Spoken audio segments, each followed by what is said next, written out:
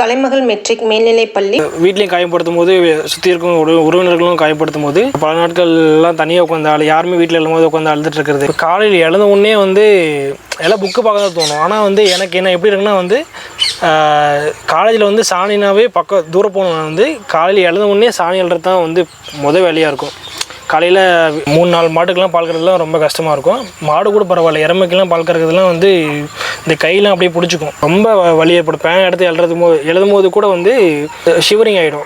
வேலை செய்கிறது படிக்கிறது கூட கஷ்டமாக இல்லை. 3 வேளை சாப்பாடில் 2 வேளை சாப்பிட்றது, சில டைம்லாம் ஒரு வேளை சாப்பிட்டு அது காசு நம்ம வீட்டு சுச்சுவேஷன் அப்படி இருந்துச்சு. ஏன்னா நம்மளை நிரூபிக்க வேண்டிய கட்டாயத்துக்கு தள்ளப்பட்டோம். ஸ்டார்டிங்கில் ஒருத்தர் படித்து டிஎன்பிஎஸ்சி கிளியர் பண்ணுறத விட 2-3 ஃபெயிலியர் கொடுத்துட்டு உண்மையாக சொன்னால் ஆஸ்பிரண்ட்னா 100% ஆஸ்பிரண்ட்னா ஃபெயிலியர் கொடுத்துட்டு சக்ஸஸ் ஆகிறாங்க பார்த்தீங்களா, அவங்க தான் உண்மையான ஆஸ்பிரண்ட் நான் நினைக்கிறேன். நம்மளுடைய 100% எஃபோர்ட் கொடுத்துமே எதுவுமே நடக்காத போது ரொம்ப இது மாதிரி சுச்சுவேஷன்லாம் பேப்பர் பார்ப்பேன். இது மாதிரி சில பேர் அச்சீவ் பண்ணுற போதெல்லாம் கேட்கும்போது அவங்களாம் இது மாதிரி சொல்லுவாங்க, இது மாதிரி இவ்வளோ கஷ்டப்பட்டேன், இது மாதிரி அச்சீவ் பண்ணும்போது இது மாதிரிலாம் நடந்துச்சு அப்படின்னு சொல்லுவாங்க. அதே மாதிரி நமக்கு மைண்டில் தோண ஆரம்பிக்கும், சரி நம்மளும் இது மாதிரி தான் கஷ்டப்படுறோம், ஒரு நாள் நம்ம கிளியர் பண்ணிட்டு இதே மாதிரி நிற்கணும், இதே மாதிரி பேசணும் அப்படின்னு சொல்லிட்டு நான் உண்மையாக சொன்னால் அப்பப்போ நான் நினச்சி பார்த்து எனக்குள்ளேயே பேசி பார்த்துப்பேன். கலைமகள் மெட்ரிக் மேல்நிலைப் பள்ளி, காட்டுமன்னார் கோயில். யூத் பேப்பரின் இனிய வணக்கம். யூத் பேப்பர் நண்பர்களுக்கு வணக்கம். நான் செல்வ கணபதி. இப்போ நடந்து முடிந்த 2024 குரூப் 4ல் மாநில அளவில் முதல் மதிப்பெண்ணும் தரவரிசை அடிப்படையில் 3வது இடமும் கம்யூனில் ஃபஸ்ட் மார்க் எடுத்திருக்கேன். ஸ்கூல் படிச்சது உங்களோட வளர்ந்த ஸ்கூல் லைஃப் 1 to 8 பெரிய குருமட்டி ஸ்கூலில் தான் படித்தேன். அப்பா கொத்தினா ஸ்டார்டிங்லேயே ரொம்ப சிரமம் தான். பேனா பென்சில் அடிக்கடி வாங்கி தர மாட்டாங்க. அப்படின்ற மாதிரி கொஞ்சம் சிரமமாக தான் இருந்துச்சு. எந்த ஒரு பொருளும் உனக்கு சாதாரணமாக கிடைக்காது. தாண்டி போகும்போது நம்ம குடும்ப சூழ்நிலை இருக்குல்ல, அதே நம்ம உந்தி தள்ளிச்சு. ஓரளவுக்கு நல்லாவே படித்தேன். 12th 1137 மார்க் எடுத்தேன். அண்ணாமலை யூனிவர்சிட்டியில் அக்ரிகல்ச்சர் சூஸ் பண்ணேன். ஒரு ஃபர்ஸ்ட் செமஸ்டரில் ரொம்ப கஷ்டமாயிடுச்சு. 6 to 7 பேப்பர் இருந்துச்சு. அதில் ஒரு 4 பேப்பரில் ஜஸ்ட் பாஸ் தான் ஆனேன். டிஸ்கன்டினியூ பண்ணிடலாமா அப்படின்ற அளவுக்கு நம்ம யோசிக்க தோண ஆரம்பிச்சிருச்சு. சரி, இருந்தாலுமே குடும்ப சூழ்நிலை. நான் காலேஜ் என்ட்ரு ஆகும்போது செகண்ட் இயரில் எங்கள் தம்பி என்ட்ரு ஆகிட்டான் காலேஜில். அப்புறம் நான் ஃபைனலில் படிக்கும்போது இன்னொரு தம்பியும் காலேஜ் என்ட்ரு ஆகிட்டான். இப்போ 3 பேருமே காலேஜ் படிக்கும்போது அப்பா கொத்தனார் தான் வேலை செய்கிறாங்க, அம்மா மாடை வச்சு தான் பார்த்துட்ருக்காங்க. இப்போ 3 பேருக்குமே ஃபீஸ் கட்டணும். அந்த சமயத்தில் ரொம்ப கஷ்டப்பட்டாங்க. காலேஜ் லைஃப்பில் கூட எல்லாமே ஓரளவுக்கு நல்லா என்ஜாய் பண்ணுவாங்க. அவங்க என்ஜாய் பண்ணுறத வேடிக்கை மட்டும்தான் பார்க்குற வாய்ப்பு கிடச்சிச்சு. ஏன்னா நம்ம குடும்ப சூழ்நிலை அப்படி. சரி, இருந்தாலும் ஒரு ஓரத்தில் வருத்தமாக தான் இருக்கும். ஏன் நம்ம இப்படி இருக்கோம், நம்ம மட்டும் ஏன் இப்படி நடக்குது அப்படின்னு சொல்லிட்டு கொஞ்சம் வருத்தமாக தான் இருந்துச்சு. ஆக்சுவலாக காலேஜ் ஃபஸ்ட் இயரில் நான் ஹாஸ்டல் தான் இருந்தேன். ஆனால் ஃபீஸ் கொஞ்சம் ஹாஸ்டல் அதிகமாக இருக்கிறதுனால செகண்ட் இயரில் வெளியே போனேன். வெளியே போனதுக்கான முதல் காரணம் என்னென்னா அந்த வீட்டோட சுமையை குறைக்கலாம். வெளியே போனபோது தான் தெரிஞ்சு ஹாஸ்டலில் இருக்கிறத விட வெளியே ரொம்ப செலவாகும் அப்படின்னு தெரிஞ்சிச்சு. 3 வேளை சாப்பாடு 2 வேலையை குறைக்கிறது, சில டைம் 1 வேலையை குறைச்சி கூட நிறைய நாட்கள் அப்படி கடந்திருக்கு. பார்ட் டைம் ஜாப்புக்கு போனதும் சரி, கல்யாணத்தில் கேட்ரிங் போடுறது. காலேஜ் முடிச்சிட்டிங்க. காலேஜ் முடிச்சோடனே தருமபுரியிலேயே பாலக்கோட்டில் எங்கள் சித்தப்பாவோட ஃப்ரெண்டு அவர் பாலக்கோட்டில் ட்ரிப் இரிகேஷன் வச்சுருக்காரு. அங்கே ஒரு 4 months ஒர்க் பண்ணேன். ட்ரிப் இரிகேஷன் வேலைக்கு போகிறேன் அப்படின்னு சொன்னபோது வீட்டில் ரொம்ப கொஞ்சம் சந்தோஷப்பட்டாங்க. ஏன்னா அந்த கோவிட் டைமில் வீட்டில் எந்த வருமானமும் இல்லை. சரி, வேலைக்கு போகிறேன், ஓரளவுக்கு வருமானம் வரும், அதை வச்சு கொஞ்சம் சமாளிச்சுக்கலாம் வீட்டு அப்படின்னு தான் நினச்சாங்க வீட்டில். ஆனால் ஒரு 4 months கழித்து நான் இல்லை எனக்கு செட் ஆகலை, நான் வெளியே வரேன் அப்படின்னு சொல்லிட்டு சொன்ன உடனே கொஞ்சம் அவங்க வருத்தப்பட்டாங்க. என்ன பண்ணுறதுன்னு சுத்தமாக ஐடியா இல்லை. அப்போ என் ஃப்ரெண்ட்ஸ்லாம் கொஞ்சம் ப்ரைவேட் இன்ஸ்டியூட்லாம் போனாங்க. சரி, நானும் நாமக்கல் ஒரு ப்ரைவேட் இன்ஸ்டியூட் போய் ஜாயின் பண்ணேன். ஒரு 2 months தான் இருந்தோம். அப்போ கொரோனா செகண்ட் வேவ் வந்துடுச்சு. வீட்டுக்கு வந்துட்டோம். வீட்டுக்கு வந்துட்டு என்ன பண்ணுறதுன்னு தெரியல. ஏன்னா 20,000 ரூபா கட்டி நம்மளை ப்ரைவேட் இன்ஸ்டியூட்டில் சேர்த்து விட்டாங்க. கடன் வாங்கி தான் வீட்டில் சேர்த்து விட்டாங்க. இப்போ அதுவும் வீணாக்கிற மாதிரி அங்கே இருக்க முடியாமல் வீட்டுக்கு வந்துட்டோம். இப்போ சுத்தமாக என்ன பண்ணுறதுனே தெரியல. சும்மா இருந்தால் கூட பரவாயில்ல, இப்போ வீட்டுக்கும் கொஞ்சம் கடன் வாங்கி கஷ்டத்தை கொடுத்துட்டோம். இப்போ அதுக்குமே ஈடு கட்ட முடியாது அப்படின்னு சொல்லிட்டு ரொம்ப கஷ்டமாயிடுச்சு. இப்போ எங்கள் வீட்டிலேருந்து படிச்சிங்களா? அதுக்கப்புறம் கொஞ்சம் வீட்டிலே தான் கன்டினியூ பண்ணேன். டிஎன்பிஎஸ்சி ஸ்டார்ட் பண்ணி ஒரு 6 மாதம் வீட்டில் ஓரளவு நல்ல சப்போர்ட்டாக இருந்துச்சு. கவர்மெண்ட் எக்ஸாம் படிக்கிறான், டக்குன்னு கிளியர் ஆகிடும், டக்குன்னு வேலைக்கு போயிடுவோம், நம்ம சுச்சுவேஷன் மாற்றிடுவோம் அப்படின்னு சொல்லிட்டு வீட்லேயுமே கொஞ்சம் நம்பிக்கையாக தான் இருந்தாங்க. நான் காலேஜில் பார்த்தீங்கன்னா எங்களுக்கு கொஞ்சம் ப்ராக்டிக்கல் கிளாஸ்லாம் வந்து இந்த பஞ்சகாவியா தசகாவியாலாம் வந்து செய்ய சொல்லுவாங்க. அது என்னென்னா வந்து மாட்டு கோமியம் மாட்டு சாணி அதெல்லாம் வச்சு கலக்கி செய்ய சொல்லுவாங்க. அப்போல்லாம் நான் என்ன பண்ணுவேன்னா, நம்ம கொஞ்சம் அப்போ நம்மளாவே பெரியாலாம் நினச்சிட்டு இருந்த காலம் அது. அப்போல்லாம் அந்த சாணி கோமியெலாம் பக்கமே போக மாட்டேன். நான் என் ஃப்ரெண்ட்ஸு சொல்லி அதை மிக்ஸ் பண்ணுறா, அதை கலக்கடா அப்படின்னு சொல்லிட்டு நான் பக்கமே போக மாட்டேன். ஆனால் வந்து அப்படி இருந்தால் நானும் வந்து ஒரு டிஎன்பிஎஸ்சி படிக்க 6 மாதம் கழித்து வந்து வீட்லேயுமே கொஞ்சம் நம்பிக்கை குறைய ஆரம்பிச்சிச்சு. அதுக்கப்புறம் வந்து சாணி கோமியம் நம்ம அதிலே தான் வந்து வாழ்க்கை ஓடும் அப்படின்ற நிலைமை நான் வந்து சுத்தமாக நான் எதிர்பார்க்கவே இல்லை. ஏன்னா நம்ம குடும்ப சூழ்நிலை வந்து அது மாதிரி ஆகிடுச்சு. எங்கள் வீட்டில் பார்த்திங்கன்னா வந்து ஒரு 7 மாடு இருக்குது, 4 எருமை இருக்குது. மாட்டு வேலையை ஆரம்பித்தேன். அப்போ தான் என்னென்னு காலேஜில் இருந்ததெல்லாம் வந்து கஷ்டமே இல்லை, வீட்டில் இருக்கிற கஷ்டத்தை விட அது ரொம்ப கஷ்டமெல்லாம் இல்லை அப்படின்ற மாதிரி ஆகிடுச்சு. இப்போ நான் மாடு பார்த்துக்க ஆரம்பித்ததுலேருந்து எப்படி வேலை ஆரம்பிச்சிச்சுன்னா, எங்களுக்கு 7 மாடு 8 எருமை இருக்குது, 4 எருமை இருக்குது.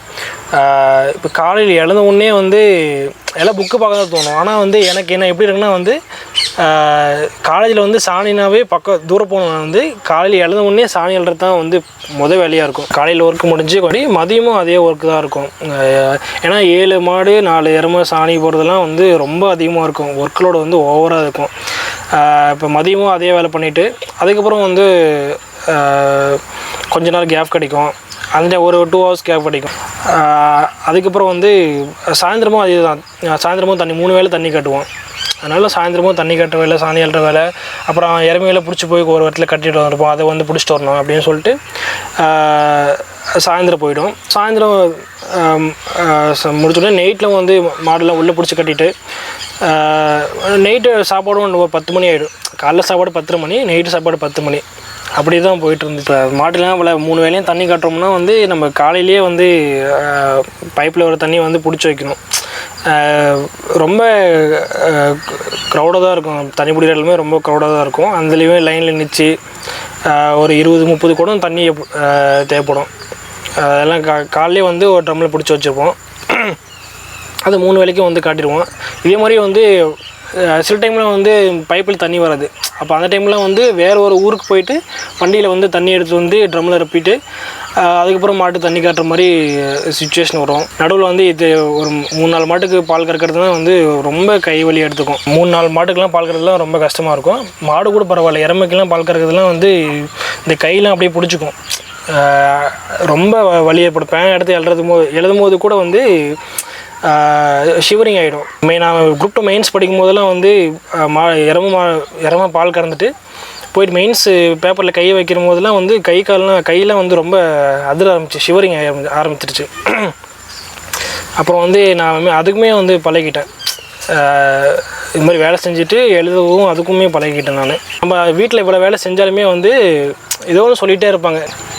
அது அப்படியே சொல்லிகிட்டே இருக்கும்போது தான் வந்து மைண்டில் சரி நம்ம இந்த மாட்டையே பார்த்துட்டு இருந்தால் வேலைக்கு ஆகாது, நம்ம எதுக்கு வந்தோம் அப்படின்னு சொல்லிட்டு கொஞ்ச நாள் யோசிக்க ஆரம்பிச்சு தான் கொஞ்சமாக வந்து என்னுடைய ரொட்டீன் வாழ்க்கையில் வந்து ஸ்டடீஸை வந்து கொண்டு வந்தேன். ஸ்டார்டிங்கில் வந்து கரெக்டான காலையில் ஒரு 2 hours வேலை முடிஞ்சு ஒரு 2 hours கேப் பண்ணால் 2 hours படிக்கணும், மதியம் ஒரு 3 hoursனா 3 hours படிக்கணும் அப்படின்ற மாதிரி எனக்கு வந்து மைண்ட் செட் ஆயிடுச்சு. ஏன்னா நம்ம வீட்டு சுச்சுவேஷன் அப்படி இருந்துச்சு. இந்த டைமில் வந்து வேலை செய்கிறது படிக்கிறது கூட கஷ்டமாக இல்லை. இந்த சாப்பாடு டைம் வந்து ரொம்ப டிலே ஆகுறது. காலையில் 10 மணி நைட்டு 10 மணின்றதுனால வந்து சாப்பாடு டைம் வந்து ரொம்ப டிலே ஆனதுனால வந்து ரொம்ப உடல்நல கோளாறுகளே ஏற்பட ஆரம்பிச்சிருச்சு. காய்ச்சல் வந்துச்சு, நெஞ்சரிச்சல் ஏற்படும். சில டைம் வந்து போயிட்டு ரொம்ப காய்ச்சல் ஏற்பட்டு போய் குளுக்கோஸ் ஏற்றிட்டு வர சுச்சுவேஷன் ஏற்பட்டுச்சு. அது மாதிரி டைமில் வந்து ரொம்ப கஷ்டமாக இருக்கும். அந்த டைம்லேயுமே வந்து நமக்கு வந்து மைண்டில் ஓடிட்டுருக்கோம், உடம்பு சரியில்லையே அப்படின்னா மைண்டில் ஓடிட்டுருக்காது. இப்போது ஒரு நாள் போயிடுச்சு, 2 நாள் போயிடுச்சு அப்படின்னு சொல்லிட்டு தான் மைண்டில் ஓடிட்டு இருக்கும். திருமணம் எப்போ வந்து அது வந்து சரி கட்டுறது, நம்ம ஒரு ஷெடியூல் போட்டு படிச்சுட்ருப்போம். இப்போ அந்த ஷெடியூல் தள்ளி போகும்போது வந்து திருமணம் எப்போ அது வந்து ஈக்குவலைஸ் பண்ணுவோம் அப்படின்னு சொல்லிட்டு அதுதான் மைண்டில் ஓடிட்டுருக்கும். என்ன பண்ணியாவது வந்து நம்ம இந்த எக்ஸாம் கிளியர் பண்ணியே ஆகணும் அப்படின்ற மைண்டில் ஓடிட்டுருக்கிறதுனால வந்து இந்த காய்ச்சல் அதெல்லாம் வந்து பெருசாக மைண்டில் இருக்கும். ரொம்ப கஷ்டமாக தான் இருக்கும். ரொம்ப நாள் வீட்லையெல்லாம் இல்லாமல் வெளியே போயிட்டு அழுத தருணங்கள்லாம் இருக்குது. அப்போ வந்து கூட நம்ம கூட யாருமே இருக்க மாட்டோம், நம்ம ஆறுதல் படுத்த யாருமே இருக்க மாட்டோம். யாருமே நம்பாதும் போது நம்ம மட்டும்தான் நமக்கு நம்பிக்கையாக இருக்கும் அப்படின்றது வந்து அந்த டைமில் தான் நமக்கு வந்து ஸ்ட்ரைக் ஆச்சு. நம்ம வந்து நம்மளை நிரூபிக்க வேண்டிய கட்டாயத்துக்கு வந்து தள்ளப்பட்டோம். 2022 மேயில் வந்து குரூப் 2 எழுதினேன். அதுக்கப்புறம் அடுத்த மாதமே வந்து குரூப் 4 வந்துச்சு. சரி, குரூப் 2 எழுதி வந்து ரிசல்ட் வந்துருச்சு. சரி, ரிசல்ட் வந்து நம்ம மெயின்ஸ் படிக்கலாம் அப்படின்னு சொல்லிட்டு ஸ்டார்ட் பண்ணிட்டேன். அந்த சமயத்துலேயும் வந்து நடுவுலேயே வந்து குரூப் 4 வந்துச்சு. அந்த டைமில் என்ன பண்ணணும்னா நம்ம சரி குரூப் 2 பார்க்கலாம், குரூப் 4 குரூப் 2 படிச்சோன்னா நல்லா போயிடலாம் அப்படின்னு சொல்லிட்டு மைண்ட் தாட் இருந்துச்சு. அந்த சமயத்தில் குரூப் 4 பார்க்கல. அந்த குரூப் 4 வந்து 164 ஓட்டு வந்தேன். குரூப் 2 பார்த்துட்டு குரூப் 4 ஒன்றும் பண்ண முடியல. அந்த சமயத்தில் வந்து குரூப் 2 மெயின்ஸும் வந்து ரொம்ப தள்ளி போச்சு. ஜூலை மாதம் நடக்க வேண்டிய குரூப் 2 மெயின்ஸ் வந்து அடுத்த வருஷம் பிப்ரவரி தள்ளி போயிடுச்சு. அந்த சமயத்தில் வந்து நம்ம பிளானில் வந்து போன மாதிரி ஆயிடுச்சு. குரூப் 4 போச்சு, அப்புறம் குரூப் 2 மெயின்ஸும் வந்து கிளியர் பண்ண சூழ்நிலை ஆகிடுச்சு. அப்போ அதோலேருந்து கம்பேக் எப்படி கொடுத்தீங்க? ரொம்ப வந்து வெக்ஸ் ஆன மாதிரி இருந்துச்சு. திருமணம் வந்து 0வில் நிற்கிற மாதிரி சுச்சுவேஷன் வந்துருச்சு.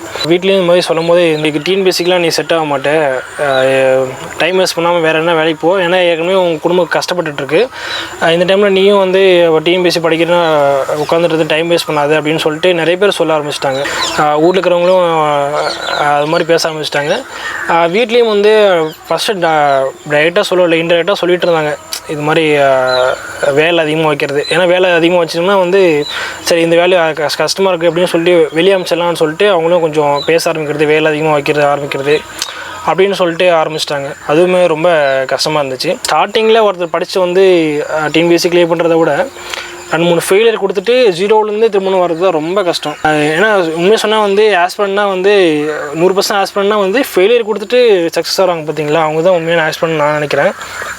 ஏன்னா வந்து ஃபெயிலியர் கொடுத்துட்டு அடுத்த நாள் உங்களுக்கு புக்கு எடுக்க தோணாது. ஒரு 1 மந்த்துக்கே சுத்தமாக புக்கு எடுக்க தோணாது. சரி, நமக்கு மேலேயே நம்ம ரொம்ப கேள்விக்குறி வந்து அடிக்க வச்சுருப்போம். நம்ம வந்து டிஎன்பிஎஸ்சிக்கு சரிதானா, வேலைக்கு போகலாமா, நம்ம எதுக்கு வந்தோம்னே தெரியலையே அப்படின்னு சொல்லிட்டு ரொம்ப கஷ்டமான சூழ்நிலை இருக்கும். நம்ம ஃபெயிலியர் கொடுத்த டைமில் வந்து அதுக்கப்புறம் நமக்கு என்ன செய்கிறதுன்னு தோணாது. நம்மளுடைய வழியெல்லாம் யார்கிட்ட நம்ம வழியெல்லாம் சொல்கிறதுக்கு யாரும் இருக்க மாட்டாங்க. அது எல்லாமே நம்ம தான் வந்து டேக்கிள் பண்ணுற மாதிரி இருக்கும். ப்ளஸ் வந்து வீட்லேயும் காயப்படுத்தும் போது, சுற்றி இருக்கும் உறவினர்களும் காயப்படுத்தும் போது என்ன பண்ணுறேன்னு தெரியாமல் நான் பாட்டுக்கு வெளியே போகிறது, பல நாட்கள்லாம் தனியாக உட்காந்து யாருமே வீட்டில் இல்லாமல் உட்காந்து அழுதுட்டு இருக்கிறது அப்படின்ற மாதிரி இருக்கும். நம்மளை வந்து ஒரு தீண்டத்தகாத மாதிரி கொஞ்சம் நினைக்க ஆரம்பிச்சிடுவாங்க சுற்றி இருக்கவங்களாம். அந்த மாதிரி கண்டிஷன்லாம் ரொம்ப வலியப்படுதுச்சு எனக்கு. வீட்டை சொன்ன வார்த்தை தான், நமக்கு வந்து இது சரிப்பட்டு வராது அப்படின்னு சொல்லிட்டாங்க, நீ அதுக்கும் சரிப்பட்டு வரமாட்டேன்னு சொல்லிட்டு சுற்றி இருக்கவங்களும் சொல்லிட்டாங்க. நம்ம அப்போ தான் வந்து நம்ம கொஷின் பண்ணுவோம், நம்ம ஏன் இதுக்கு வந்தோம். இப்போ ஒரு 2.5 years வந்து நம்ம ஸ்பெண்ட் பண்ணியிருக்கோம், ஸ்பெண்ட் பண்ணி நம்மளால் வர முடியல அப்படின்னு சொல்லிட்டு நம்மளே செல்ஃப் அனலைஸ் பண்ணி ஆரம்பிக்கும் போது தான் ஒரு ஸ்பார்க் வரும். சரி, இது மாதிரி சொல்கிறாங்க, நம்ம வந்து இது வின் பண்ணி காட்டியே ஆகணும், கண்டிப்பாக வந்து இந்த எக்ஸாம் வந்து கிளியர் பண்ணி கிராக் பண்ணி ஆகணும் அப்படின்னு சொல்லிட்டு நம்ம மைண்டில் தோணும். அதுக்கப்புறம் வந்து நம்ம வெளி சோர்ஸ்லாம் எதுவும் எதிர்பார்க்க மாட்டோம், நமக்கு நாமே அப்படின்ற மாதிரி தான் இருந்தாலுமே வெளியே எந்த எக்ஸ்பெக்டேஷனுமே இல்லை. நம்ம படிக்கணும், நம்ம கிளியர் பண்ணணும் அப்படின்ற மட்டும்தான் வந்து மைண்டில் இருக்கும். அதுக்கப்புறம் வந்து போன எக்ஸாம்லலாம் என்னென்ன தப்பு பண்ணேன் அப்படின்னு சொல்லிட்டு நானே செல்ஃப் அனலைஸ் பண்ணி பார்க்க ஆரம்பிச்சிட்டேன். ஸ்டார்டிங்கில் வந்து இப்போ ஒரு டாபிக் எடுத்துட்டோம்னா வந்து நம்ம எதிர்பார்ப்போம், இந்த டாபிக் வந்து யாராவது சொல்லித்தர மாட்டாங்களா, யாராவது நம்ம புரிய வைக்க மாட்டாங்களா அப்படின்னு சொல்லிட்டு நம்ம மற்றவங்கள வந்து எதிர்பார்த்துட்ருப்போம். ஆனால் வந்து ஒரு ஃபெயிலியர் இருக்கும்போது நம்ம பக்கம் யாருமே இல்லை அப்படின்ட்டு ஒரு சூழ்நிலை வரும்போது நம்மளே வந்து அதுக்கான முயற்சி எடுப்போம். நம்ம வந்து இது அனலைஸ் பண்ணி பார்க்கணும், டீகோட் பண்ணி பார்க்கணும் அப்படின்னு சொல்லிட்டு நம்மளே புதுசாக நமக்கு என்னென்ன கம்ஃபர்டபுளாக இருக்கோ அந்தந்த மெத்தட்லாம் வந்து கொஞ்சமாக பிரித்து நம்மளே படிக்க ஆரம்பிப்போம். அது மாதிரி படிக்க ஆரம்பிக்கும் போது வந்து நமக்கு ஈஸியாகவும் புரியுற மாதிரி இருக்கும். ப்ளஸ் வந்து நமக்கு நம்மளே வந்து செல்ஃப் கான்ஃபிடென்ட் உருவாகும். இப்போ ஸ்டார்டிங்கில் மாடல்லாம் பார்க்கும்போது வந்து அது மட்டுமே வேலையாக இருக்கும். இப்போ வந்து வீட்டில் இது மாதிரி சொல்லிட்டு முன்னாடி வந்து மைண்டில் வந்து இந்த மாடு வேலை இருந்தாலுமே வந்து மைண்டில் ஓடிட்டே இருக்கும், இது மாதிரி எப்படியோன்னு கிளியர் பண்ணி ஆகணும், இந்த கடினமான சூழ்நிலை நடுவுலேயும் வந்து எப்படி கிளியர் பண்ணி அப்படின்னு சொல்லிட்டு மைண்டில் ஓடிட்டு இருக்கும். இப்போ நம்ம ஒரு எக்ஸாம் கிளியர் பண்ணோன்னா வந்து அதோடைய நினைப்பு வந்து நம்ம மைண்டில் இருந்தால் மட்டும்தான், ரொட்டீனாக இருந்தால் மட்டும்தான் வந்து அதுக்கான நம்ம எஃபர்ட்டையும் போடுவோம், அதுக்கான வழியை நம்ம கண்டுபிடிப்போம். அதே ஒர்க்கு தான். இப்போ மாடு வந்து காலையில் பார்க்க முடிச்சு 8:30 மணிக்கு ஃபஸ்ட்லாம் வந்து 8 மணிக்கு வேலை முடிச்சுன்னா கொஞ்ச நேரம் படுத்து தூங்கிடுவேன், அதுக்கப்புறம் சாப்பிட்டு அதுக்கப்புறம் படுத்து தூங்கிடுவேன். ஆனால் ஃபெயிலியருக்கு அப்புறம் வந்து காலையில் ஸ்டார்டிங்லாம் வந்து ஒரு 7-7:30 மணிக்கு தான் ஸ்டார்டிங்கில் எழ ஆரம்பிப்பேன். அதுக்கப்புறம் வந்து ஒரு 5-5:30க்கெலாம் வந்து எழ ஆரம்பிச்சிட்டேன். 5 மணிக்கு எழுந்தாச்சுன்னே வந்து ஃபஸ்ட்டு வந்து வீட்டில் சாணிலாம் அள்ளுறது தான் ஃபஸ்ட்டு வேலையாக இருக்கும். இப்போ புக்கை எடுத்து படிக்கிறோம் அப்படின்னு சொல்லிட்டுலாம் சுத்தமாக தாட்டே வராது.